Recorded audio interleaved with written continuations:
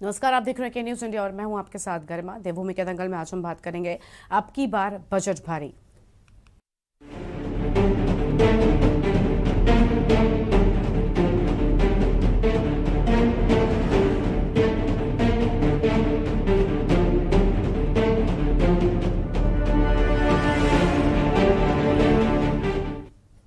उत्तराखंड की धामी सरकार अपने दूसरे कार्यकाल का पहला बजट 14 जून से होने वाले विधानसभा सत्र में पेश करने वाली है और ये बजट पिछले वित्तीय वर्ष की तुलना में 6,000 करोड़ से ज्यादा का होने वाला है। साल दर साल बजट में हजारों करोड़ की बढ़ोतरी के साथ ही राज्य पर कर्ज का बोझ भी बढ़ता जा रहा है और एक समय ऐसा भी आता है कि उत्तराखंड के कई विभागों में कर्मचारियों को समय पर वेतन नहीं मिलता, जिसके लिए सरकार जो है वो लगातार कर्ज ले रही है और इस कर्ज के बोझ तले दबे उत्तराखंड के लिए आने वाला बजट बहुत महत्वपूर्ण होता है। लेकिन बजट केवल आंकड़ों में होता है, क्योंकि हर साल की बजट बढ़ोतरी के साथ ही राज्य पर कर्ज जो है वो भी बढ़ता जाता है। कर्ज में डूबे राज्य के आगामी बजट पर विपक्ष का कहना है कि उत्तराखंड में कर्ज के कारण सालों का बजट बिगड़ा हुआ है और सरकार इस पर कोई भी ध्यान नहीं दे रही है और ऐसे बढ़ते कर्ज को कैसे रोका जाए, आज हम इसी पर विस्तार से चर्चा करेंगे। हमारे साथ में कई खास मेहमानों का पैनल भी जुड़ेगा। सबसे पहले आपको हम उनसे रूबरू करवाते हैं। आज आपको बता दें कि हमारे साथ में कई खास मेहमान जुड़ने वाले हैं और इसी को लेकर आज हम चर्चा करेंगे। और विपक्ष का शोर है, सरकार जो है वो लगातार बजट को और बेहतर करना चाहती है ताकि राज्य के जो बजट को लेकर है, उसने जनता से भी इस बार सुझाव मांगे थे, सरकार की ओर से जनता से सुझाव मांगे गए थे ताकि बजट में उस तरह से ही चीज़ों को आगे बढ़ाया जा सके। लेकिन विपक्ष को सरकार का ये बजट प्लान बिल्कुल भी पसंद नहीं आया है। तो विपक्ष का शोर और सरकार का जोर इस बार कितना काम करेगा बजट को लेकर, इसी पर हम विस्तार से बातचीत करेंगे। कई खास मेहमान भी आज हमारे साथ में जुड़ेंगे और सियासी संग्राम राज्य के बजट को लेकर छिड़ा हुआ है। तैयारी लगभग पूरी हो चुकी है और अब बजट सत्र की शुरुआत में देखना होगा कि आखिर क्या आंकड़े जो है वो सरकार की ओर से पेश किए जाते हैं। और बढ़ते बजट से कर्ज का बोझ भी बढ़ गया है और विपक्ष का शोर जो है वो भी लगातार बढ़ता जा रहा है। हालांकि इस बार सीएम धामी की ओर से जनता से भी बजट को लेकर सुझाव मांगे गए थे। उन्होंने कहा था कि जनता बताए कि हमें किस तरह से बजट जो है वो बनाना चाहिए ताकि बेहतर बजट सामने आ सके। और विपक्ष इसी चीज को लेकर लगातार सरकार को घेर रहा है कि उसे इसका प्लान पसंद नहीं आ रहा। विपक्ष का कहना है कि आम जनता बजट कैसे बनाए ये नहीं जानती, सरकार को कुछ इस तरह का प्लान बनाना चाहिए ताकि प्रदेश का बजट ठीक तरह से चल सके, प्रदेश में जो योजनाएं हैं उनका क्रियान्वयन ठीक तरह से हो सके। और राज्य के बजट पर सियासी संग्राम छिड़ा हुआ है। बजट सत्र की जल्द ही शुरुआत होने वाली है। अब तैयारी पूरी हो चुकी है, बस बजट पेश करने की बारी है। और आज इसी को लेकर विस्तार से बातचीत करेंगे। कई खास मेहमानों का पैनल जुड़ेगा, उनसे भी आपको हम रूबरू करवा देते हैं। फिलहाल आपको बता दें कि सुनीता विद्यार्थी जी हमारे साथ में आगे जुड़ेंगी, भारतीय जनता पार्टी के प्रवक्ता हैं, और साथ ही राजकुमार जायसवाल जी हमारे साथ में होंगे, कांग्रेस के प्रवक्ता हैं। उमा सिसोदिया आम आदमी पार्टी की ओर से आज हमारे साथ होंगी और पीसी थपलियाल वरिष्ठ यूकेटी के नेता हैं और राजकुमार जायसवाल कांग्रेस के प्रवक्ता हैं। इन सभी मेहमानों के साथ आज हम इसी बजट को लेकर विस्तार से बातचीत करेंगे कि आखिर क्या तरीका है जिससे उत्तराखंड को कर्ज के बोझ से बचाया जा सकता है। क्योंकि अगर बजट में कुछ ऐसी चीजें निकलकर सामने आती हैं तो कहीं ना कहीं ये उत्तराखंड की भलाई के लिए होगा। क्योंकि फिलहाल उत्तराखंड में अगर कोई बच्चा जन्म भी लेता है तो उस पर भी 75,000 रुपए का कर्ज जो है वो होता है। और अब ऐसे में सरकार के पास एक बड़ी कहीं ना कहीं चुनौती भी हम कह सकते हैं और एक बड़ा मौका भी है। अगर बहुत अच्छा बजट आता है तो उत्तराखंड सरकार को और साथ ही साथ उत्तराखंड की जनता को यहाँ पर इसका लाभ जरूर मिलेगा। है बजट की बारी है और फिलहाल आज इसी पर हम विस्तार से बातचीत करेंगे। और विपक्ष को बजट प्लान पसंद नहीं आया है।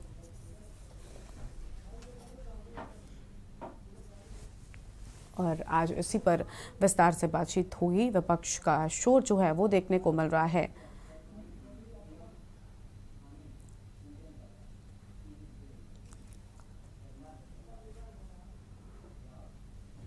और अब चर्चा की शुरुआत करेंगे, उससे पहले आपको हम तस्वीरें पे दिखा देते हैं जहां पर पुष्कर सिंह धामी गंगा दशहरा के बाद में यहाँ पर विशेष पूजा अर्चना जो है वो करते हुए नजर आ रहे हैं। और ये तस्वीरें आपको हम दिखा रहे हैं, सीधी तस्वीर आपके टीवी स्क्रीन पर, जहाँ पर उत्तराखंड के मुख्यमंत्री पुष्कर सिंह धामी पूजा अर्चना करते हुए नजर आ रहे हैं। और तस्वीरें आपके टीवी स्क्रीन पर हैं।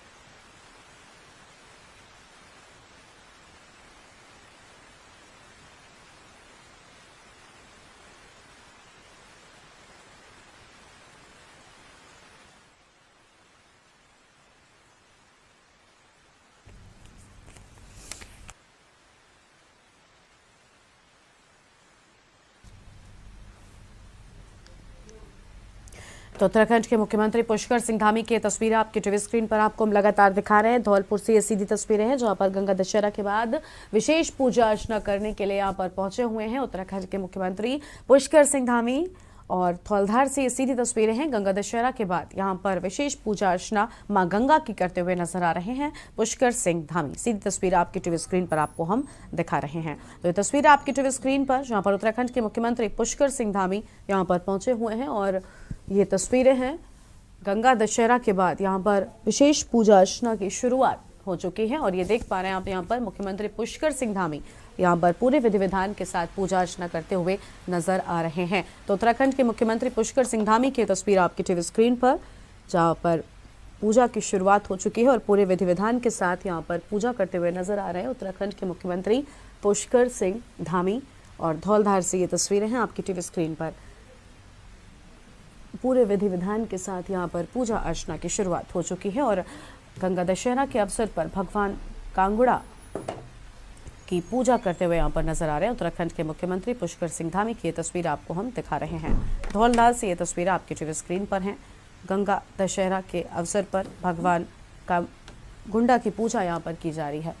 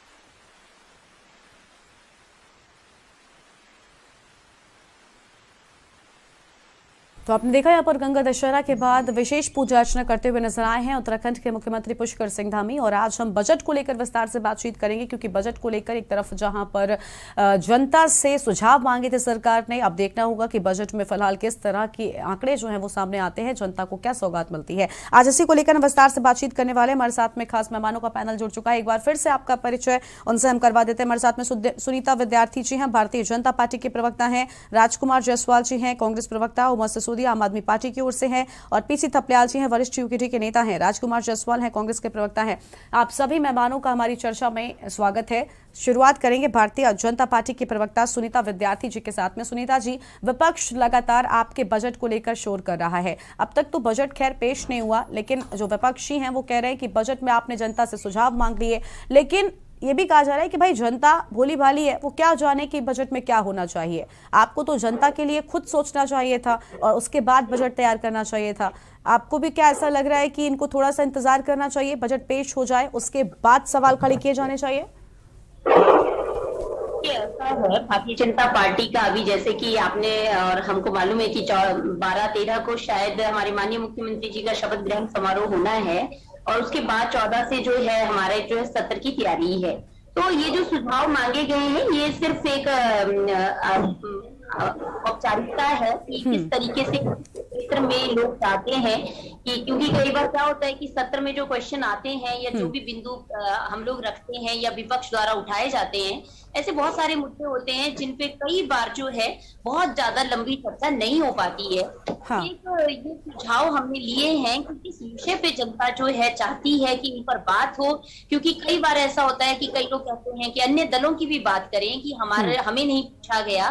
तो इसमें यह है कि तमाम दलों से, तमाम हमारे जितनी भी उत्तराखंड की जनता है, उन सबसे एक सुझाव लेने की जो औपचारिकता की जा रही है वो इसी की जा रही है कि कहीं पे अगर कोई बिंदु पे हम लोग होमवर्क नहीं कर पाए हैं या आगे हम सत्र में कई बार ऐसा होता है कि हमने एक लाइन में उस चीज को खत्म कर दिया तो उस चीज को हम इलैबोरेट करें, तो ऐसी कई चीजें होती हैं। तो इसीलिए ये सब है। और बाकी तो देखिए जनता के सुझाव हैं वो पूरे 5 साल आएंगे ही आएंगे, उसके बाद भी आएंगे, पहले भी आएंगे। तो जनता से तो बच नहीं सकते हैं। जनता अब ऐसी अवेयर हो चुकी है कि अब जो है सत्ता चलाना भी अपने आप में एक चैलेंज है, क्योंकि जनता हर पॉइंट पे जो है अपनी बात करती है, अपनी जो जागरूक है और अपने हक की बात करती है, प्रदेश की बात करती है। और जो मेन मुद्दे पहले सत्ता पक्ष के हुआ करते थे, सरकार के हुआ करते थे, अब वो जनता उन पर अपना अधिकार समझती भी है और जो होना भी चाहिए। तो वो तमाम मुद्दों को लेकर आ रहे हैं, वही हम उनका स्वागत करते हैं। जो भी सुझाव हमें दिए जाएंगे उन पे विस्तृत रूप से चर्चा होगी और आगे सत्र में उनको जो है रखा जाएगा। ठीक है, ठीक है, ठीक है। तो आपने कहा है कि सुझावों को हमने जगह भी दी है अपने बजट में और सत्र में क्या कुछ खास होगा देखने को मिलेगा। खैर, नरेंद्र सेठी साहब भी आज हमारे साथ में चर्चा में जुड़े हुए हैं। नरेंद्र सेठी जी, आपका भी स्वागत है। आपको भी जोड़ेंगे, लेकिन उससे पहले कई और मेहमान जो हैं वो बने हुए हैं। राजकुमार जायसवाल जी हैं, कांग्रेस पार्टी के प्रवक्ता है। राजकुमार जी, आपका स्वागत चर्चा में। राजकुमार जी, आपने तो अभी से सवाल खड़े करना शुरू कर दिए। आपको भी नहीं लगता कि इंतजार तो कर लीजिए, बजट में क्या लेकर आ रहे हैं देख तो लीजिए और जनता से सुझाव मांग लिए, तो गलत क्या कर दिया?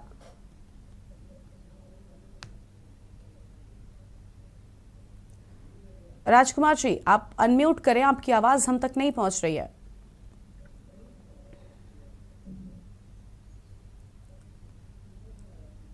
राजकुमार जी, आप हमें सुन पा रहे हैं? फिलहाल राजकुमार जी से हमें लगता है कि हमारा संपर्क जो है वो ठीक तरह से नहीं हो पा रहा है, तकनीकी खामी है। और भी पार्टियों के प्रवक्ता हैं। उमा सिसोदिया जी आज हमारे साथ में आम आदमी पार्टी की ओर से। उमा जी, आपने देखा यहाँ पर इस बार उत्तराखंड, देखिए हम पहले से जानते हैं कि कर्ज में डूबा हुआ है। अगर एक नवजात बच्चा भी जन्म लेता है तो उस पर भी 75,000 का कर्ज जो है एक तरीके से वो पाया जाता है। तो ऐसे में मुझे लगता है कि अगर इन सारी चीजों को कर्ज के बोझ से कोई मुक्त कर सकता है तो वो है एक बेहतरीन बजट। इस बार के बजट से जनता ने कितनी उम्मीदें लगाई हैं भारतीय जनता पार्टी के? क्योंकि संकल्प पत्र में जब चुनावी वादे थे तब तो बड़े बड़े किए गए थे। आपको लगता है कि भारतीय जनता पार्टी इस बार उस पर खरा उतर पाएगी? देखिए, भारतीय जनता पार्टी का ये इस बार लगभग छठा बजट होगा। 5 साल पहले भी आप रहे हैं और छठा बजट इस बार का है। और हमारा जो कर्जा है, जो हम दूसरे जगह से जो हम लोग कर्जा लेते रहे हैं, हमारे प्रदेश की तो ये हालत है कि हम लोग अपने सरकारी मुलाजिम जितने हैं उनकी तनख्वाह देने के लिए भी कर्जा लेते हैं। तो ऐसे में ये कहना कि एक अच्छा बजट हमें इस कर्जे से मुक्ति दिला देगा, तो मैं नहीं समझती कि इस समय पुष्कर धामी जी, हमारे माननीय मुख्यमंत्री जो हैं, उनके हाथ में कोई ऐसी जादू की छड़ी है कि वो छड़ी घुमाएंगे और सब कुछ ठीक हो जाएगा। ऐसा बिल्कुल नहीं होने वाला है।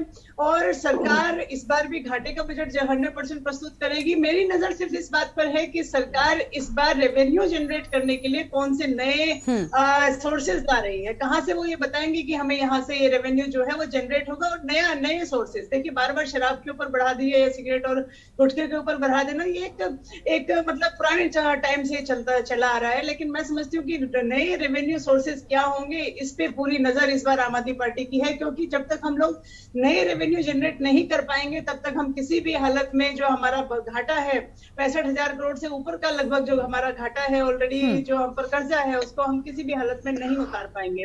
और पुष्कर सिंह धामी जी ने जनता से पूछा है इस बात को कि भाई आप किस तरह का बजट चाहिए। देखिए, वो एक लोकतांत्रिक प्रक्रिया है, वो सरकार की एक, मैं कहती हूँ, अच्छी पहल है और होना भी चाहिए। जनता भी अपने आप को इसमें, अपने बजट में अपने आप को समाहित महसूस करती है कि हमसे पूछा गया। और जनता, देखिए, उनकी तो एक आम राय होती है कि उनकी महंगाई कम हो जानी चाहिए, सिलेंडर के दाम कम हो जाने चाहिए, बच्चों की जो ठीक है, हाँ, जो सरकारी जो स्वास्थ्य सेवाएं हैं वो ठीक हो जानी चाहिए। जनता की तो नॉर्मली इतना ही होता है। लेकिन एज ए पॉलिटिकल लीडर्स हम लोगों की नजर पूरी इस बात पर है कि कहां से नए रेवेन्यू सोर्स इस बार सरकार पैदा करती है। बार बार देखिए, बीजेपी ने नए मुख्यमंत्री धाकड़ धामी और बहुत सारे विशेषणों के साथ माननीय मुख्यमंत्री जी को मैदान में उतारा है। तो हमारी पूरी पैनी नजर इस बार मुख्यमंत्री साहब पर है कि वो कैसा बजट यहाँ पर पेश करते हैं और जनता को वो कितनी सहूलियतें दे पाते हैं। और पूरी हमारी, देखिए, हम लोग इतना जरूर चाहते हैं कि जनता पर कोई नया कर ना थोपा जाए किसी भी हालत में। वैसे ही कोरोना के बाद लोगों की कमर टूटी हुई है, बड़ी मुश्किल से वो लोग अपने जो उद्योग धंधे हैं, छोटे छोटे जो कारोबार है, उनको दोबारा खड़ा करने की कोशिश में है। हाँ। ऐसे में अगर कोई नया राज्य सरकार कोई नया बजट लेकर नया कर लेकर आती है तो ये जनता के साथ सही नहीं होगा। ये हमारी आशाएं हैं, उम्मीदें हैं। सरकार अपना बजट पेश करे, उसके बाद हम फिर उस पर भी चर्चा करेंगे। ठीक है। हमारे साथ में राजकुमार जायसवाल जी एक बार फिर से जुड़ चुके हैं। राजकुमार जी, आप तक हमारी आवाज पहुंच रही है? जी, निश्चित रूप से। जी, राजकुमार जी, आप बताइए, आप जो विपक्षी हैं, खासतौर पर कांग्रेस पार्टी, वो लगातार इस बात पर सवाल खड़े कर रहे हैं कि भाई इन्होंने जनता से सुझाव क्यों मांग लिए। पहले तो बजट में क्या कुछ खास होगा, इसके लिए हमें लगता है कि थोड़ा सा इंतजार हमें करना चाहिए। जब बजट ये पेश करते उसके बाद उस पर सवाल खड़े करें। लेकिन विपक्षी पहले से ही सवाल खड़े करना भी शुरू कर चुके हैं और साथ ही साथ जनता से जो सुझाव मांगे गए इसको लेकर तो जबरदस्त हंगामा हो रहा है। कहना है आम जनता है, वो क्या जाने बजट कैसे बनता है। तो इसमें समस्या क्या है? आखिर क्या गलत आपको लग रहा है? बजट से पहले ही सवाल खड़े करना, जनता से सुझाव मांगे जा रहे हैं उस पर भी सवाल खड़े करना, क्यों ऐसा किया जा रहा है? आपने सुझाव मांगे हैं मगर मुद्दे नहीं बताए, पॉइंट्स नहीं बताए कि आपने किस मुद्दे पे सुझाव मांगे।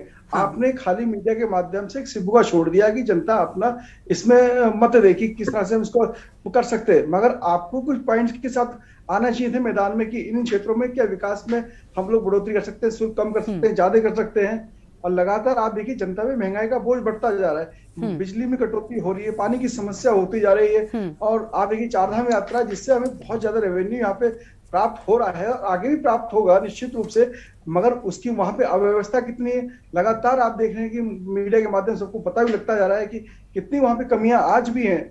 और सरकार लगातार केंद्र सरकार से जो कर्ज ले रही है, सहायता ले रही है, तो उसका एक बहुत बड़े हिस्से का जो हमें वापसी करना है, तो कर्ज के रूप में हमारी जो इनकम होगी वहां पर चली जाएगी। सरकार को ये सोचना चाहिए कि इन मुद्दों पे हम लोग जनता के बीच में जाकर बहस करना चाहते हैं और इन सेगमेंट में हम लोग यहाँ पर टैक्सेस बढ़ाना और घटाना चाहते हैं। आपकी निश्चित रूप से नीयत साफ नहीं है, इसलिए आप बातों को तोड़ मरोड़ के गुमराह करके प्रस्तुत कर रहे हैं। आप वास्तव में उत्तराखंड की जनता को, उत्तराखंड को आगे बढ़ाने की कोई पॉलिसी को बनाने जा रहे हैं, तो उस पॉलिसी का खुलासा जनता के सामने आप करते। आपके पास में कोई पॉलिसी क्लियर है? पर ये अभी से कह देना कि पॉलिसी क्लियर नहीं, अभी तो बजट नहीं आया ना, मैं यही तो कह रही हूँ ना कि पॉलिसी क्लियर है कि नहीं ये कहना कोई बड़ी बात नहीं है, लेकिन थोड़ा सा मुझे आपको नहीं लगता कि जो सवाल उठ रहे हैं उन सवाल उठाने की मंशा क्या है? एक वक्त होता है सवाल उठाने का, अगर सिर्फ ये सोचकर सवाल उठाए जाएंगे कि बस इनके बजट पर हमें सवाल खड़े कर देने हैं, वो एक अलग इंटेंशन दिखाता है। लेकिन बजट पेश होने देते आप देखते इन्होंने क्या दिया जनता को, कितना महंगाई का बोझ इन्होंने जनता पर डाला, उसके बाद आप सवाल उठाते तो शायद ज्यादा बेहतर होता है ना राजकुमार जी? उत्तराखंड के पास सीमित सोर्सेज है रेवेन्यू कलेक्ट करने के। अभी केंद्र सरकार से हम लोग ग्रीन टैक्स ले सकते हैं, मगर ग्रीन टैक्स जो सबसे ज्यादा हम लोग यहाँ पे पेड़ हैं उसकी शुद्ध वायु देते हैं, कहीं ना कहीं हम लोगों को खेती की जमीन को रोककर उसमें जंगल का उगाने कार्य जो हम लोगों ने किया है, तो उसका फायदा हम लोगों को मिलना चाहिए था। एक तरफ हमारा नुकसान हो रहा, हमारे खदानें नहीं हो पा रहे, दूसरी हमारी प्रोसेस नहीं लग पाती, इंडस्ट्री नहीं लग पा रही, फैक्ट्रियां नहीं लग पाती, तो उसका लाभ देश की जनता ले रही है। तो कम से कम केंद्र सरकार से उसका ग्रीन टैक्स के माध्यम से हमें कुछ तो कहीं ना कहीं हमारे जो हमारी जनता पे कर का बोझ पड़ने वाला उसमें थोड़ी कमी आएगी। ठीक है, ठीक है। थपलियाल साहब भी आज हमारे साथ में जुड़े हुए हैं। थपलियाल साहब, आप भी यही कह रहे थे इसके पहले जब मैंने चर्चा की थी सुझावों को लेकर, तो आपने कहा था कि भाई जनता तो भोली भाली है, लेकिन मुझे ऐसा लगता है कि ये जो बजट बन रहा है ना, इस भोली भाली जनता के लिए ही बन रहा है। और असल में धरातल पर जब एक अच्छा बजट होगा, प्रदेश कर्ज मुक्त हो जाएगा, तब ही इन भोली भाली जनता की इन छोटी मोटी समस्याओं का सही तरह से निवारण हो पाएगा। तो आपको नहीं लगता कि भाई जनता पर महंगाई कम हो, बजट से ही तो इसका असर पड़ेगा ना? अगर बजट बढ़िया लेकर आएंगे तो फिर इतनी जल्दी आपने भी कह दिया कि जनता से सुझाव क्यों मांग लिए? मुझे लगता है कि अच्छी पहल है कहीं ना कहीं। जनता अगर सुझाव देगी, भाई वो महंगाई को लेकर कहेगी कम कर दो, यही सब तो समस्याएं हैं उसके पास में, बड़ी आम सी समस्याएं, जैसा कि अभी उमा जी भी कह रही थी। तो इन आम समस्याओं का निवारण अगर बजट से हो रहा है सुझाव मिलने के बाद, तो समस्या क्या है? थपलियाल साहब देखो, समस्या ये है कि जैसे अभी कल कैबिनेट बैठी थी इनकी, और ये अगर जनता के सुझावों पे गंभीर होते तो सबसे महत्वपूर्ण होता कि उन सुझावों को कल ये डिस्कस करते कि ये सुझाव, आज किसी भी प्रवक्ता से आप ये पूछ लो कि भाई क्या सुझाव आए हैं, नहीं बता पाएंगे, क्योंकि सुझाव और गंभीरता जो है इनके व्यवहार में नहीं है। यानी आपको थपलियाल साहब ये लग रहा है ना कि खाली एक कहते हैं ना कि इवेंट के टाइप पर ये इसको भी लेकर चले आए, कल कोई डिस्कस ही नहीं किया इन्होंने कि जनता के सुझाव क्या रखे। कल जो बैठे, क्योंकि अब कैबिनेट में वहां जब पेश करेंगे विधानसभा में, वहां थोड़ी बोलेंगे कि जनता की तरफ से सुझाव आए हैं। आप इन्होंने देखिए कि इन्होंने कल कुछ अवार्ड के लिए इन्होंने बोला कि साहब जिसको परमवीर चक्र मिलेगा उसको 5 गुना राशि, एक मुश्त राशि इन्होंने घोषित की है कि इस बजट में दी जाएगी। लेकिन दूसरी ओर सारे पूर्व सैनिक बहुल्य क्षेत्र है, और पूर्व सैनिकों के कैंटीन में जो अधिकार है उसमें राज्य सरकार अपना कर लगा रही है, यानी पूर्व सैनिक सिपाहियों के से कोटे से पैसा ले रही है ये बेशरम राज्य सरकार, और उधर दिखावा कर रही है कि परमवीर चक्र जो होंगे विजेता वीरों को और इतना गुना पैसा देंगे। देखिए, अगर ये सेंसिबल होते, क्या इन पे ये सुझाव नहीं आए होंगे पूर्व सैनिकों के कि हिंदुस्तान के किसी भी राज्य में पूर्व सैनिकों की थाली पे किसी राज्य सरकार की नजर नहीं होती, उनको और वो देते हैं सुविधाएं, लेकिन इनकी गिद्ध नजर हमेशा पूर्व सैनिकों की थाली पे रहती है। दूसरी ओर आप ये देखिए कि सभी राज्यों की डिपेंडेंसी अब केंद्र पे हो चुकी है, क्योंकि केंद्र ने सभी राज्यों का जीएसटी जो है वो स्वयं में कलेक्ट करना शुरू कर लिया है। अब पहले जो सेल टैक्स राज्यों के हाथ में होता था, अब तो पूरे राज्य रो रहे हैं। वेस्ट बंगाल खून के आंसू रो रहा है कि साथ में तो हमें कुछ दे ही रहे हैं।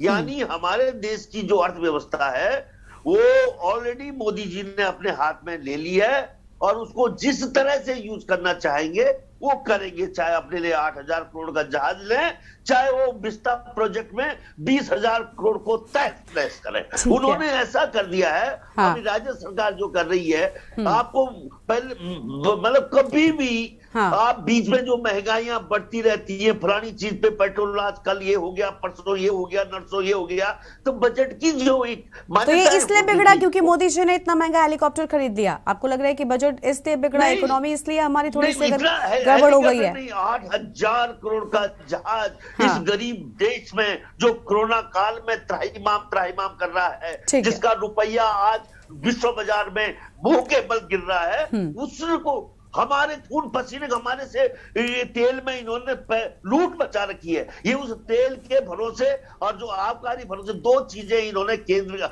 राज्य के हाथ में छोड़ रखी है कि तुम तेल में ले लो पैसा, कलेक्ट कर लो, जनता को निचोड़ो, या फिर आबकारी में पैसा ले सकते हैं। इन्होंने आबकारी तो यही तो थपलियाल साहब मुझे लगता है कि आप भी उत्तराखंड की जनता है, आपको भी ना कुछ खास सुझाव इनको देने चाहिए थे, क्योंकि बजट ये किसी पार्टी के लिए थोड़ी ना लेकर आएंगे, तो जनता के लिए लेकर आएंगे। अगर कुछ सुझाव देते आप इस तरह से तो मुझे लगता है उस पर सरकार काम करती और बजट जो है वो बेहतरीन आता। खैर, इस पर हम आगे भी चर्चा करेंगे, लेकिन फिलहाल एक छोटे से ब्रेक के लिए आप पर रुक रहे हैं। कहीं मच जाएगा, फौरन हाजिर होंगे।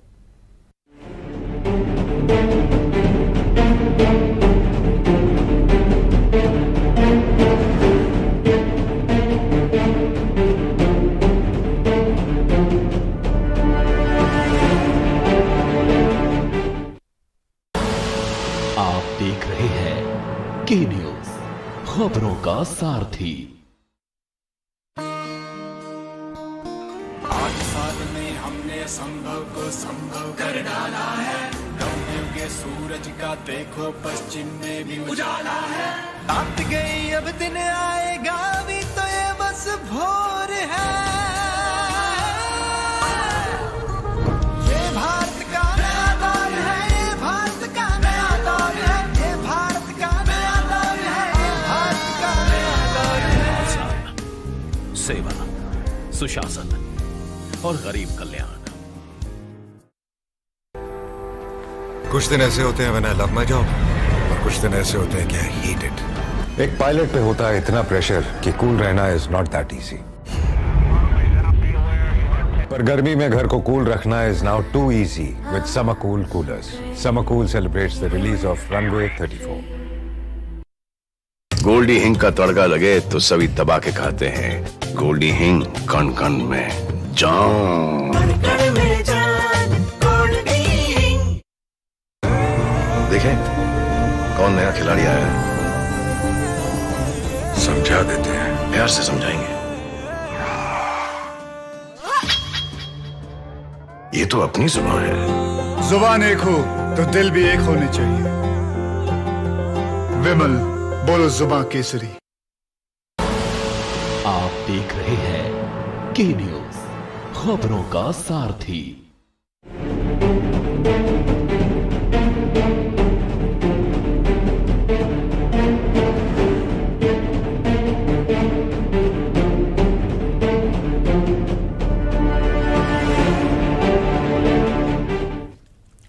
ब्रेक के बाद देवभूमि के दंगल में आप सभी का स्वागत है। आज हम विस्तार से बात कर रहे हैं बजट को लेकर। कई खास मेहमानों का पैनल हमारे साथ में लगातार मौजूद है। नरेंद्र सेठी साहब के साथ शुरुआत करते हैं। सेठी साहब, अभी आपने सुना, एक तरफ उमा जी कह रही हैं कि राजस्व को कैसे बढ़ाया जाए, इसको लेकर विस्तार से बातचीत होनी चाहिए। थपलियाल साहब कह रहे हैं कि भाई इकोनॉमी जो है वो पूरी तरह से केंद्र ने अपने हाथ में ले रखी है, वो जैसे चाहते हैं वैसे खर्च करते हैं। अगर सवाल है कि केंद्र को हम छोड़ देते हैं, फिलहाल उत्तराखंड की बात कर ले। उत्तराखंड में हमने देखा कि सुनीता जी ने कह रही हैं कि हम तो चाहते थे कि जनता के सुझाव मिलेंगे तो हम अपने बजट को और ज्यादा जनता के मन का बना पाएंगे। इसके पीछे की असलियत वजह क्या है? एक तरफ इसको अगर पॉजिटिव ढंग से सोचे तो ये भी है कि भाई ठीक है, जनता की असल समस्याएं जाने की सरकार, तो हो सकता है कि उस एंगल से भी बजट में जनता के लिए कुछ शामिल किया जा सके। लेकिन दूसरा नजरिया यहां पर यह भी निकलता है कि अगर ये बजट में कुछ लेकर आते हैं, जब ये पेश हो जाएगा बजट, तब जब सरकार कहेगी कि भाई तुमने ये, विपक्षी इनके कहेंगे कि तुमने ये बजट में क्यों किया, तो इनके पास एक जवाब होगा कि भाई जनता ऐसा चाहती थी, जनता ने हमें सुझाव दिया, इसलिए हम ये लेकर आए। कहीं ऐसा तो नहीं कि जनता के कंधे पर ही बंदूक रखकर चलाई जा रही है?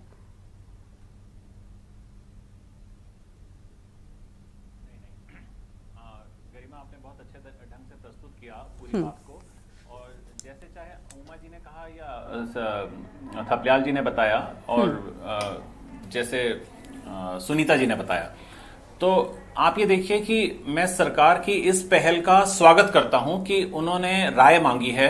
हाँ। और राय मांगना कोई अपराध थोड़ी है। आपने राय ली है जनता की कि बताइए, क्योंकि सबसे एंड यूजर कौन है? जनता है। जनता के ऊपर ही भार पड़ना है, जनता ने ही झेलना है। उन्होंने अगर सिलेंडर लेना है महंगा, दालें अगर लेनी है, वो किस चीज में जनता किस तरीके का बजट चाहती है, इससे बेहतर, जनता से बेहतर तो कोई नहीं बता पाएगा।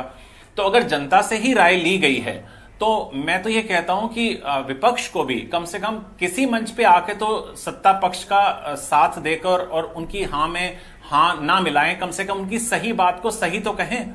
और हम कहते हैं कि भोली भाली जनता, हम जब ये कहते हैं भोली भाली जनता, तो हम क्या कहेंगे कि चालाक नेता? नेता भी तो जनता में से ही चुन के गए, तो वहां जाते ही चालाक कैसे हो गए? हाँ। भोली भाली जनता है तो वो भोले भाले नेता हैं, और अगर भोली भाली चालाक जनता है तो चालाक नेता है। तो हमने अगर राय मांगी है, राय मांगने का मतलब ये नहीं है कि हम उनकी कोई भावनाओं को आहत कर रहे हैं। मैं तो कहता हूं कि एक हाई पावर्ड कमेटी बननी चाहिए बजट के लिए, जिसमें कि अर्थशास्त्री हो, वित्त विशेषज्ञ हो, बैंक के रिटायर्ड अधिकारी हो, और व्यापार मंडल के या चैम्बर ऑफ कॉमर्स के सदस्य हो, और उन सब के समूह के साथ एक राय प्रस्तुत की जानी चाहिए कि बजट किस तरीके का हो। और वर्तमान हालातों को देखते हुए, जिस समय की कोरोना ने पूरी तरीके से अर्थव्यवस्था को झकझोर के रख दिया था, ऐसी स्थिति में हमारा बजट किस तरीके का होना चाहिए, तो इसकी राय और बेहतर आती। मुझे लगता है कि जितने सुझाव आए होंगे सरकार के पास, सरकार ने जो मांगा जनता की राय बजट के ऊपर, निश्चित तौर पे उसमें कोई ना कोई एक ऐसे अच्छे सुझाव भी आए होंगे। पहाड़ की तरफ हमें रुख करके देखना चाहिए कि जो शिक्षा की जो व्यवस्था है, पहाड़ में शिक्षा की व्यवस्था बहुत बुरी तरह चरमराई हुई है। छोटे बच्चे जो हैं वो, एक बात जोड़ना चाहती हूँ, आप पूरा करिएगा, बस एक बात सेठी साहब, एक बात जोड़ना चाहती हूँ। दरअसल है क्या कि आप जो कह रहे हैं ना अभी कि सुझाव मांगे जाने चाहिए, बिल्कुल ठीक है, मांगे जाने चाहिए, मैंने भी यही बात कही। लेकिन थपलियाल साहब इसके पहले भी जब इस विषय पर हम चर्चा कर रहे थे तब जुड़े थे, उन्होंने साफ तौर पर कहा कि अगर इनके प्रवक्ताओं से पूछ लिया जाए कि क्या सुझाव आए हैं तो इन्हें तो पता भी नहीं होगा। ये इस चीज को भी एक इवेंट की तरह सेलिब्रेट कर रहे हैं, सिर्फ मीडिया में दिखा रहे हैं कि हम तो जनता के सुझाव मांग रहे हैं। आपको लगता है कहीं ऐसा तो नहीं है, वाकई में उन सुझावों पर काम हुआ होगा? इसको जोड़ते हुए अपनी बात पूरी करिए। मैं मानता हूं, देखिए सुझाव मांगे हैं। अब ये तो जो जागरूक सुझाव देने वाले हैं वो भी तो मुखर होंगे, कम से कम उसके बाद कहेंगे कि हमने ये सुझाव दिया था। वो भी प्रेस में बताएंगे, वो भी मीडिया में बताएंगे इस बात को कि हमने ये बिल्कुल कारगर सुझाव दिया था और इसके ऊपर अमल नहीं हुआ। तो ऐसा नहीं है, आज वो वाली प्रेस नहीं है कि जो 20 साल पहले था कि कुछ हो गया तो वो उजागर ही नहीं होगा। हर चीज पारदर्शिता के साथ सामने आ रही है। मेरा यह कहना है कि हर बात के ऊपर आलोचना का एक ढाल बनाकर विपक्ष को नहीं चलना चाहिए। विपक्ष सुझाव तो दे। विपक्ष के नेताओं ने कितने सुझाव दिए सत्ता पक्ष को, यही तो बता दें कम से कम कि आपने ये कहा, विपक्ष ने यही कह दिया, वो चलिए कि आप गैस का सिलेंडर जो है 400 रुपए का कर दीजिए, हमारी एक ही मांग है। लेकिन जब सुझाव ही नहीं देना और अगर जनता के सुझाव आ रहे हैं और उसके ऊपर आपने उंगली उठानी है और आलोचना करनी है, तो मुझे लगता है विपक्ष का रोल सिर्फ यहां तक सीमित हो गया कि जो कुछ भी सत्ता पक्ष ने किसी चीज के लिए बनाना है, कोई नई सड़क बनानी है, कोई नई परियोजना लोकार्पित करनी है, तो सिर्फ विरोध करना विपक्ष का काम रह गया। विपक्ष कम से कम सरकार के साथ जो कल्याणकारी योजनाएं हैं उसमें हां तो हां मिलाए। विपक्ष का काम यह थोड़ी है कि खाली केवल आपने हर बात पे विरोध करना है। पहाड़ में समस्याएं कम नहीं है। मैं बता रहा हूं, शिक्षा की व्यवस्था से लेके देख लीजिए, जो विकास है वो केवल यहां नजर आता है हमको। हमें देहरादून में, हल्द्वानी में, हरिद्वार में, रुद्रपुर में नजर आता है, या हमारे जो पर्यटक स्थल हैं नैनीताल और मसूरी, वहां लगता है कि ये डेवलप्ड है। बाकी जगह देखिए आप, प्रदेश के जो 8-7 जनपद हैं, काफी पिछड़ापन है वहां पे पिछड़ापन और शिक्षा भी उसमें बहुत प्रभावित है। और देश का अगर बच्चा शिक्षित नहीं होगा तो गरिमा जी एक बात बताइए, अगर बच्चा ही जो अशिक्षित रह जाएगा तो हम भविष्य कैसे सुधारेंगे? भविष्य सुधारने के लिए ये तय है कि हम कोई सुझाव, जो मैंने व्यक्तिगत तौर पे सुझाव दिए हैं बजट में, कि शिक्षा के स्तर के लिए आप जो पहाड़ के जो बच्चे हैं उनको आप बेहतर ढंग से आप उनके लिए मुहैया कराइए, परिवहन व्यवस्था कराइए, स्कूलों में ऑनलाइन में उनको टैब उपलब्ध कराने से लेकर उनके शिक्षण व्यवस्था से लेकर, तो कोई ना कोई सुझाव तो जाना चाहिए ना। बिना सुझाव के हम अगर ये कहें कि हमने सिर्फ आलोचना करनी है तो मैं इसका पक्षधर कतई नहीं हूं। ठीक है, बिल्कुल, यानी सुझाव मांगे जाने के आप पक्ष में। और देखिए, कहीं ना कहीं बात ठीक है कि अगर सुझाव लिए जा रहे हैं तो उसमें गलत नहीं है। सवाल तब उठने चाहिए जब इन सुझावों को लिए जाने के बाद उन पर अमल ना किया जाए, तब सवाल उठने चाहिए। हाँ सुनीता जी, आप कुछ कह रही थी, बताइए। देखिए, ऐसा है कि गरिमा जी, थपलियाल भाई साहब ने कहा और हमेशा अपनी बात रखते हैं, मजबूती से रखते हैं, और कई बार जो है आउट ऑफ द वे भी चले जाते हैं, और वो जाना भी है उनको, क्योंकि उन्होंने राज्य बनाने में कोई कसर नहीं छोड़ी है, तो वो चाहते हैं कि जिस तरीके से। सुनीता जी, माफी के साथ आपको यहाँ पर रोक रही हूँ, आपके पास वापस लौटूंगी और आपकी पूरी बात भी सुनूंगी, लेकिन उससे पहले अपने दर्शकों को हम तस्वीर दिखाते हैं सहारनपुर से। उत्तर प्रदेश के सहारनपुर में आपने देखा था कल जिस तरह से उपद्रव यहाँ पर हुआ था, विरोध के नाम पर उपद्रव करने पर उतारू हो गए थे यहाँ पर कुछ लोग, लेकिन अब एक्शन जो है वो बिल्कुल साफ तौर पर प्रशासन की ओर से। हम ये भी कह सकते हैं कि उपद्रवियों के एक्शन का प्रशासन का रिएक्शन है। उपद्रवियों के एक्शन पर प्रशासन के रिएक्शन की तस्वीरें आपको हम दिखा रहे हैं, एक्सक्लूसिव तस्वीरें आपकी टीवी स्क्रीन पर हैं। उपद्रवियों के घर पर बुलडोजर की कार्रवाई अब हो रही है, बुलडोजर चलना शुरू हो चुका है। साफ तौर पर यहाँ पर सरकार ने बिल्कुल साफ कर दिया था कि जो भी यहाँ पर इस तरह से उपद्रव करता हुआ पाया जाएगा उस पर कार्रवाई जरूर की जाएगी। संपत्ति की कुर्की तक की बात की जाती है, लेकिन अब यहाँ पर आप देखिए जो उपद्रवी हैं उनके घरों पर बुलडोजर चलना शुरू हो चुका है। एक्सक्लूसिव तस्वीरें आपकी टीवी स्क्रीन पर आपको हम लगातार दिखा रहे हैं। तो उपद्रवियों के एक्शन पर सरकार का यह बड़ा रिएक्शन आप देख पा रहे हैं। एक्सक्लूसिव तस्वीर आपकी टीवी स्क्रीन पर, सहारनपुर में उपद्रवियों के घर पर बुलडोजर चलना शुरू हो चुका है। सीधी तस्वीरें, कल आपने देखा था कि नमाज के बाद किस तरह से नारेबाजी शुरू होती है, विरोध शुरू होता है, लेकिन ये विरोध कब उपद्रव का रूप अख्तियार कर लेता है ये आप सब ने देखा था कि कितनी तेजी के साथ में यहाँ पर उपद्रव जो है वो करने लगे थे यहाँ पर विरोध करने वाले। और कई जगहों पर सहारनपुर में तो लूटपाट तक इन्होंने दुकानों में मचा रखी थी। एक्सक्लूसिव तस्वीरें फिलहाल आज सहारनपुर में भी बताया जाता है कि लगभग 50 से 52 लोगों की गिरफ्तारी हुई थी।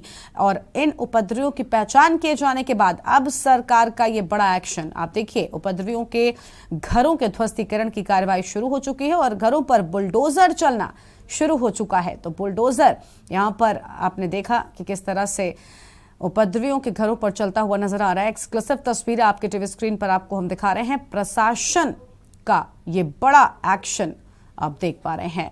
तो प्रशासन का बड़ा एक्शन, सहारनपुर में उपद्रवियों के घर पर चला बुलडोजर। प्रशासन ने यहाँ पर बड़ा एक्शन लिया है, चिन्हित करने के बाद इनके घरों पर बुलडोजर चलना शुरू हो चुका है। तो सहारनपुर से आपको हमने तस्वीर दिखाई जहां पर अब इन उपद्रवियों पर, इनके घर पर बुलडोजर चलना शुरू हो चुका है। इनके इस एक्शन पर प्रशासन का ये बड़ा रिएक्शन सामने आया है। वापस अपनी चर्चा पर आते हैं। देवभूमि के दंगल में आज हम बजट को लेकर विस्तार से बातचीत करें। सुनीता विद्यार्थी जी हमारे साथ में लगातार बनी हुई है। हाँ सुनीता जी, आप अपनी बात पूरी करिए। जी जी, तो देखिए मैं यही बात कह रही थी कि जिस प्रकार से उमा बहन जी, थपलियाल भाई साहब ने भी अपनी बात रखी, तो हम बताना चाहते हैं कि जो राज्य में सरकार कार्य कर रही है, अपने विकास के लक्ष्य को प्राप्त करने के लिए जो भी नीतियां उन्होंने प्रदेश में चलाई हैं, वही उसका एक साक्षात उदाहरण है कि आज हमारा उत्तराखंड जो है एसडीजी इंडेक्स में जो सस्टेनेबल डेवलपमेंट होता है उसमें 10वें से 4थे स्थान पर आ गई है। तो ये तमाम जो इन्होंने विचार रखे अपने, अब अगर कोई फेसबुक पे अपने सुझाव देते रहे और उसका एक जो व्यवस्था बनाई गई है वहां लिखित रूप से सुझाव ना देकर खाली फेसबुकिया बने रहे, तो उसके लिए तो देखिए हम लोग इतने ज्यादा बाध्य नहीं है कि हम हर फेसबुक में हर व्यक्ति का वो देखें पोर्टल। नहीं, बिल्कुल बिल्कुल सुनीता जी, आप बिल्कुल ठीक कह रही हैं कि आपने एक माध्यम बनाया है, एक तरीका बनाया है, उस तरीके से आप तक सुझाव पहुंचाया जाना चाहिए। ये बात बिल्कुल ठीक है कि एक सिस्टमैटिक ढंग होना चाहिए। लेकिन सुनीता जी, एक बात मैं भी आपसे पूछना चाहूंगी, आप अपनी बात पूरी करिएगा, मैं एक चीज जोड़ना चाहती हूँ, मैंने सवाल नहीं किया था आपसे, वो ये कि देखिए अभी उमा जी ने आप पर आपके बजट को लेकर भले उन्होंने कहा कि हम इंतजार कर रहे हैं, देखेंगे क्या कुछ खास लेकर आएंगे, लेकिन सबसे अहम बात उन्होंने कही थी कि राजस्व कैसे बढ़ाएंगे, क्योंकि कर्ज जो है वो उत्तराखंड पर बहुत ज्यादा है, ये आप भी जानती हैं, और मुझे लगता है फिलहाल ये सबसे ज्यादा आपको ही झेलना भी पड़ रहा है। तो उसको लेकर आपके बजट में क्या है, कुछ तो बताइए ना आप यहाँ पर, ताकि जो दर्शक हैं, सुझाव आपने मांगे हैं, उनको भी उम्मीद जो है आपके बजट से कुछ हो सके। नहीं, बिल्कुल थपलियाल भाई साहब ने यहाँ पे तोहमत लगाई कि इनके प्रवक्ता को तो पता भी नहीं होगा कि बजट के अंदर क्या पॉइंट्स रखे जा रहे हैं। भाई आप थोड़ा सा इतना डाउट में ना रहें, बजट सामने है। एक कहावत है, नाइया कितने कितने बाल बोलते अभी पड़ेंगे पाँव के पास में, पता चल जाएगा। तो हमें थोड़ा इंतजार करना चाहिए, पेशेंस रखना चाहिए, और जो भोली भाली जनता की ने हमें ये मौका दिया है पुनः सत्ता में आने का, अगर उन भोली भाली जनता के सुझावों पे हम अगर बजट बना रहे हैं तो हम उन्हीं के लिए बैठे हैं प्रदेश में भाई साहब। हम लोग कोई किसी चालाक कंपनी के लिए काम नहीं कर रहे हैं, हम भोली भाली जनता से ही आए हैं और भोली भाली जनता के लिए काम कर रहे हैं। और बिल्कुल हम उनके सुझावों को मानेंगे, जैसे भी हमको जिस जगह से जैसे जैसे सुझाव आए हैं उनको भी सम्मिलित किया गया है, उनको भी वहां पे रखा गया है। ज्यादातर जो प्रॉब्लम्स, जो पॉइंट्स आते हैं वो ये रहता है कि सड़कों का कहीं पे डामरीकरण नहीं है, कहीं पे पेयजल की स्थिति है, कहीं पे ITI कॉलेज बनाने हैं, कहीं पे पॉलिटेक्निक बनाने हैं, कहीं पे अपग्रेड करना है शिक्षा को, कहीं पे हॉस्पिटल में व्यवस्था पूरी नहीं पहुंच पाई है, वो करनी है। क्योंकि कोरोना के दौरान तो हबरा तबरी में बहुत सारी चीजें टेम्परेरी लगाई गई, बाद में जब कोरोना खत्म हो गया तो वो चीजें टेम्परेरी जो थी वो हटाई भी गई हैं। तो अब जो है अब वो व्यवस्था वैसी ही बनी रहे, ऐसे भी सुझाव हमारे पास आए हैं। पेयजल की बहुत बड़ी समस्या इन महीनों में रहती है, उससे रिलेटेड आए हैं। 4 धाम यात्रा भी सितंबर तक चलेगी, जुलाई आने वाला है, मॉनसून आने वाला है। सड़कें इस वक्त सबसे ज्यादा प्रभावित होती है, रेल कनेक्टिविटी, रोड कनेक्टिविटी और बागवानी। अभी बारिश होगी, कई जगह ओले होते हैं, हमारा जो सिस्टम है, जो बागवानी है वो डिस्टर्ब होती है। कई ऐसे मुद्दे हैं जो हमारे पास आए हैं। लेकिन इनके अलावा भी जो प्राथमिक तौर पर जो हमारे बजट में रखे गए हैं वो बेसिकली जो रिसोर्सेज डेवलप करने वाली बात है उनको प्रायोरिटी में रखा गया है। किस तरीके से हम प्रदेश में बढ़ रहे कर्जे को सीमित करें, ठीक है, उसके साथ समन्वय बनाने के लिए, उसको कम करने के लिए, उसको घटाने के लिए हम कौन से ऐसे रिसोर्सेज डेवलप करें, किस क्षेत्र में हम काम करके दें जहां लोगों को रोजगार मिले, जहां पे सरकार को राजस्व मिले। इस तरीके से सारे हमने पॉइंट्स बनाए हैं और आपके सामने जो है वो पॉइंट्स सत्र में आएंगे। और अगर हम पहले उन पे चर्चा कर ले आपके सामने यहाँ पे बैठ के, तो भाई साहब फिर सत्र किस चीज का, सत्र का इंतजार होना चाहिए, उसके लिए बॉडी बनाई गई है, तो उसके लिए सम्मानित सदस्य वहां होंगे, उनके द्वारा वो चीजें अपने अपने विभाग की रखी जाएंगी। और फिर अगर आपको लगता है कि कहीं कमी पेशी है तो निश्चित रूप में बाद में सुझाव दिए जा सकते हैं और उन पे अमल किया जाएगा। नहीं, सुझाव तो आपने खैर पहले मांगे हैं, बिल्कुल ठीक है, बाद में सुझाव नहीं, बाद में सिर्फ सवाल मिलने वाले हैं आपको। उमा जी के पास चलेंगे, उमा जी कुछ कहना चाह रही हैं। हाँ उमा जी बताइए। वे तो कह रही है कि राजस्व को लेकर हमने सबसे आगे काम किया है, राजस्व पर हमने सबसे विशेष तौर पर काम किया है क्योंकि वो बड़ी समस्या है उत्तराखंड की। देखिए, मैं बिल्कुल 65,000 करोड़ से ज्यादा का कर्ज हमारे प्रदेश पर हो चुका है। जब हरीश रावत जी की सरकार थी और जब वो 2017 का चुनाव था तो उसमें ये बात बहुत उभर कर सामने आई थी कि कांग्रेस ने इतना कर्जा हमारे प्रदेश पर कर दिया है कि हमें सरकारी मुलाजिमों की तनख्वाह देने के लिए भी कर्ज लेना पड़ता है। और ये कैंपेन में जो बीजेपी का जो कैंपेन चला उसमें स्ट्रिंग ऑपरेशन और ये दूसरा पॉइंट दोनों बड़ी प्रमुखता के साथ इन्होंने जनता के सामने रखी और जनता ने उस बात पर भरोसा करते हुए बीजेपी को अपना वोट दिया। लेकिन पिछले 5 साल का जो टेन्योर बीजेपी का रहा उसमें ऐसा कुछ भी कार्य नहीं किया गया जिससे कि वो बजट वो जो घाटा है, वो जो हमारा कर्जा है वो कम हुआ हो, बल्कि त्रिवेंद्र रावत जी पूरे 20 साल में जो हमारे जितने मुख्यमंत्री रहे हैं उनमें उन्होंने तमगा हासिल किया सबसे ज्यादा कर्ज लेने वाले मुख्यमंत्री का। और उसके बाद तीरथ जी भी और उसके बाद धामी जी भी और अब दोबारा धामी जी का नया टेन्योर यहाँ पर आया है अगले 5 साल के लिए। मैं उम्मीद करती हूँ, उम्मीद ही कर सकते हैं बीजेपी से कि वो अगले 5 साल मुख्यमंत्री रहेंगे। ऐसे में धामी जी से ये उम्मीद करना कि वो एक ऐसा बजट पेश करें जिसमें कि कहीं ना कहीं ये बात जरूर हो कि ये जो हमारे ऊपर कर्जा है उसको वो कैसे उतारेंगे, कोई रोड मैप उनके पास हो, ये हमारे लिए बड़ी देखने वाली बात है। उनका पहला बजट है तो हमारी पैनी नजर उनके ऊपर जरूर है, क्योंकि सिर्फ कर्जा ऋणम कृत्वा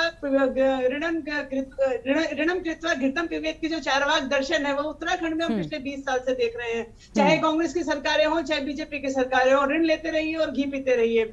और बीजेपी ने तो उससे एक कदम आगे बढ़कर ये जरूर किया है कि दिल्ली में चूंकि हमारी डबल इंजन की सरकार है इसलिए ऋण मिलना थोड़ा और आसान हो जाता है। अगर वहां पे दूसरी सरकार होती तो शायद कर्जा मिलना थोड़ा मुश्किल होता। तो जब ऋण मिलना इजी हो जाता है तो घी भी फिर ज्यादा पिया जाता है। तो मैं समझती हूँ कि ये घी पीने की आदत, लेकिन ऐसे में उत्तराखंड की जनता का ही सबसे बड़ा नुकसान हो रहा है, प्रदेश का नुकसान हो रहा है, जो आप बिल्कुल ठीक कह रही उमर जी। इस पर हम अभी जवाब आगे चलकर सुनीता जी से लेंगे। सुनीता जी लगातार बनी हुई है, लेकिन उससे पहले राजकुमार जी आप बताइए, आप भी अभी यही बात कह रहे थे कि भाई ठीक है राजस्व पर काम करिए, राजस्व पर काम होना चाहिए, बात सच है। और अभी उमा जी ने बड़े अच्छे शब्दों में कहा कि अब तो केंद्र में भी अपनी सरकार है तो फिर ऋण मिलना भी बड़ा आसान हो गया है। ऐसे में क्या आपको भी लग रहा है कि इस पर काम जो है, क्योंकि पहले 5 साल भी भारतीय जनता पार्टी की ही सरकार रही है, अगर तब भी जो कर्जे लेने की लिमिट है वो बढ़ी है तो सवाल तो उठेंगे ना। क्या आपको भी लग रहा है कि इस बार के बजट में भी ऐसे ही सिर्फ खुदा पहाड़ निकली चुहिया वाला हाल होने वाला है? एक तो सर्वप्रथम एक बात कहना चाहूंगा आपके माध्यम से, कोई प्लेटफॉर्म ऐसा नहीं बनाया है कि अभी जैसे विद्यार्थी मैम बोल रही थी कि आप सुझाव दीजिए, आप फेसबुक या मत बनिए, जनता कहाँ सुझाव देगी? आप बताइए, कोई प्लेटफॉर्म मुख्यमंत्री के द्वारा बनाया नहीं गया कि जहाँ जनता अपने नहीं, इस पर तो मुझे लगता है कि एक प्रॉपर मेल एड्रेस बनाया गया है, उस पर मेल किया जा सकता है। सुनीता जी अगर आप कुछ कहना चाहें इस पर तो कह सकते हैं, उसके बाद हम राजकुमार जी की पूरी बात सुन लेंगे। बिल्कुल।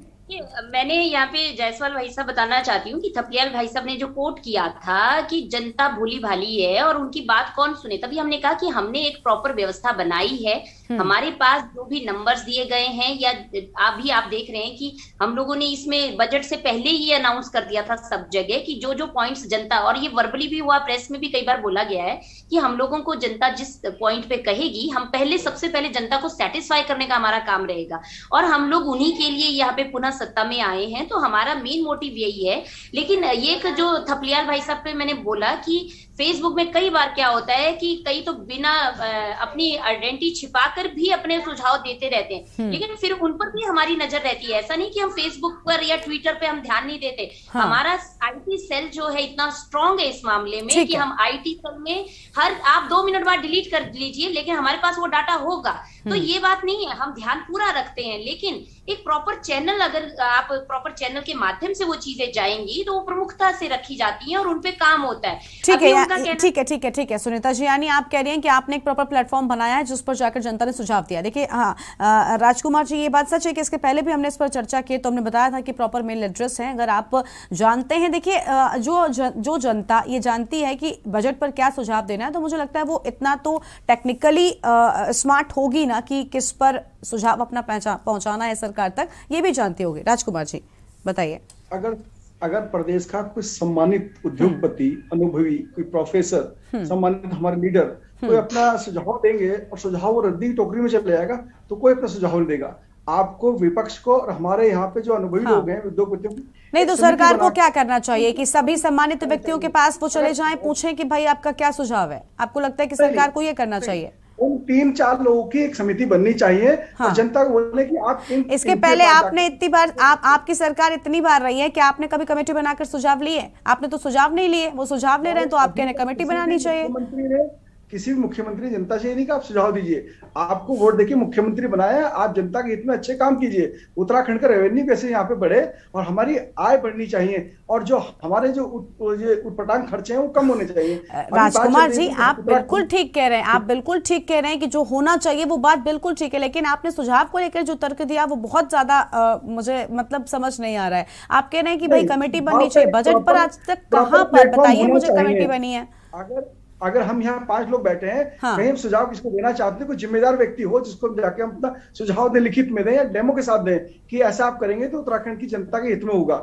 अभी देखिए सुझाव मैं आपके सामने रखना चाहता हूँ, मैडम के सामने रखना चाहता हूँ कि हमारे पास 3 जिले मैदानी जिले हैं, मैदानी जिलों में यहाँ पे काम की कमी नहीं है, मगर बाकी 10 जिलों में बहुत ज्यादा हमारे पास जंगल है, जमीन है, बहुत सारा काम करने को, मगर क्या कि वहां पर लेबर की प्रॉब्लम आती है। तो सरकार को ऐसी व्यवस्था करनी चाहिए कि हमारे पहाड़ के बच्चे वहां पे रुके और जिससे उनकी आय बढ़े। महिला मंगल दल के लिए कोई स्कीम निकालिए, युवा मंगल दल की स्कीम निकालिए, और आप जितने हमारे बागवानी है, कृषि की भूमि है, इनको आप बढ़ाइए और उनको सुरक्षित कम से कम सिक्योरिटी के साथ कि आपका यहाँ पे इंश्योरेंस किया जाएगा, अगर आपका नुकसान होता तो इतना पैसा आपको मिलेगा। और इसके साथ साथ सरकार की योजना होनी चाहिए कि बाजार उपलब्ध कराए, सबसे बड़ी चीज है। आप ये देखिए, हजारों बच्चे यहाँ पे काम करना चाहते हैं मगर लाइफ इनकी इनसिक्योर है, इसलिए इनसिक्योरिटी कारण वो अपने प्रदेश छोड़ के दूसरे प्रदेश में कम इनकम में काम कर रहे हैं। जो जवानी यहाँ पर जो बल हमारे पास है, जिसका उपयोग दूसरे प्रदेश के लोग वहां पे उसका उपयोग करके आगे बढ़ रहे हैं,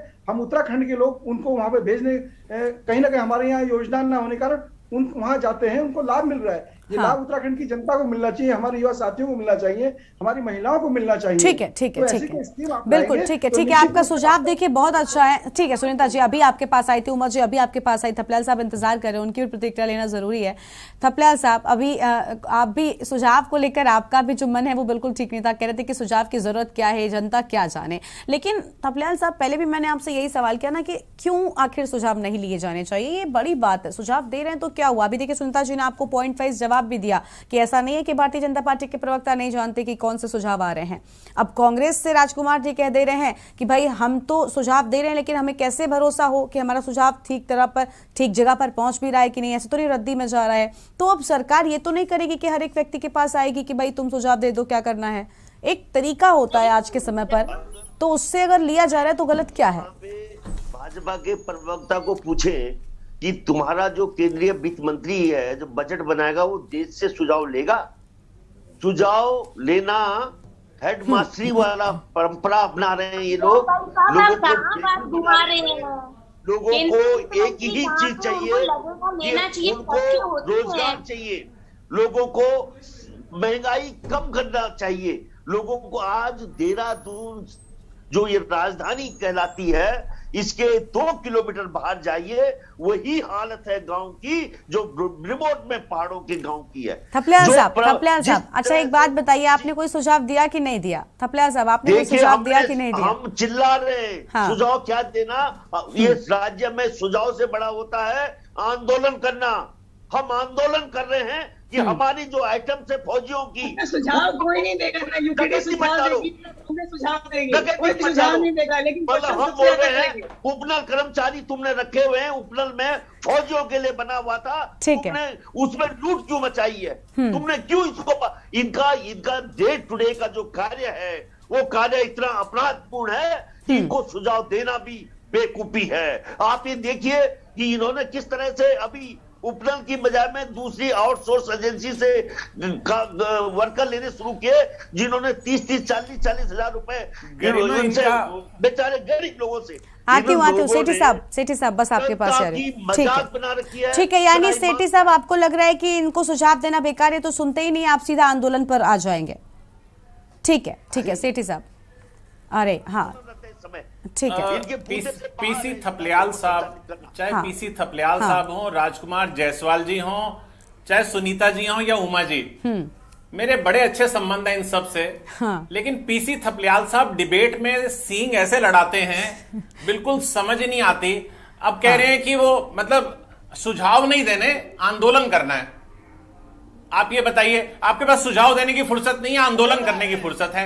एक सरकार ने ईमेल आईडी दी है कि आप उसके ऊपर सुझाव दे दीजिए। अरे उपनल कर्मचारी रो रहे हैं, आप उसके ऊपर बजाय सुझाव अपना देने के 4 लाइन के, और आप कह रहे हैं हम आंदोलन करेंगे, हम सुझाव नहीं देंगे। थपलियाल साहब, मेरा कहने का तात्पर्य है, हमारे पास कम से कम इतना तो है। एक पहली बार अगर किसी मुख्यमंत्री ने ये मंच दिया है, मेरी बात सुनिए पहले, पूरी बात सुनिए पहले मेरी। थपलियाल साहब सुन लीजिए, उसके बाद आपको ये मंच दिया है कि आप अपनी बात कह लीजिए।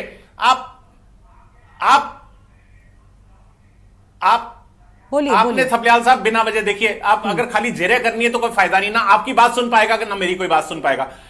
अगर पहली बार इस देश में किसी मुख्यमंत्री ने सुझाव मांगे हैं अरविंद केजरीवाल ने भी तो दिल्ली की जनता से सुझाव मांगे थे कि किस तरीके का चाहते हैं आप बताइए दिल्ली में। अगर यहां मांग लिए तो कौन सा गुनाह कर दिया, और फिर अगर नहीं मांगे सुझाव तो सरकार ने अपनी चला दी। अब हम अगर हमेशा केंद्र के अनुदान की संस्कृति पर अगर ये राज्य चलता रहेगा तो आज जो 75,000 करोड़ है का कर्ज है, जो वो हर व्यक्ति के ऊपर 75,000 का कर्ज है, तो वो कर्ज बढ़ के सीधा 1 लाख रुपए होगा, उसको कौन चुकाएगा? आप सुझाव ये दीजिए कि किस तरीके से होने चाहिए। हमारे को प्रकृति की तरफ से एक सुंदर उपहार मिले हुए हैं, पर्यटन मिला है, धार्मिक तीर्थाटन मिला है, जल विद्युत परियोजनाएं हैं। आप सुझाव दीजिए ना, क्यों नहीं दे रहे हैं सुझाव? बजाय सुझाव देने के कि नहीं हमने आंदोलन करेंगे। अरे आंदोलन तो रोज होता ही रहता है।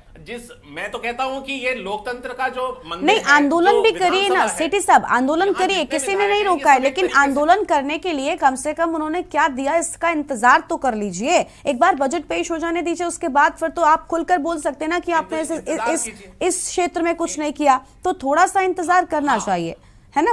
मुझे भी यही लगता है कि इंतजार तो करिए, देखिए तो कि वो आपके लिए पिटारे में क्या लेकर आए हैं। मैडम, हम एक चीज की डिमांड कर रहे हैं कि हमारे विधानसभा में जो 70 विधायक हैं हमारे, एक तरीके से ये इस प्रदेश के अभिभावक हैं।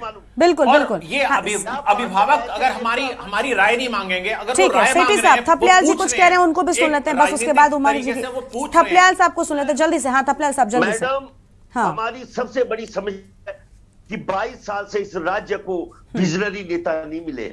आज हम लोग अंधकार में हाथ मार रहे हैं, और ये जो बच्चों से, यानी कोई स्कूल का हेडमास्टर बच्चों से बोले कि मुझे, लेकिन थपलियाल साहब विजनरी नेता नहीं मिले तो ये तो उत्तराखंड की जनता है ना, जो अपना नेता, अपना मुख्यमंत्री चुन रही है, अपना विधायक, अपना सांसद चुन रही है। तो हम जनता पर कैसे सवाल उठा दें थपलियाल साहब?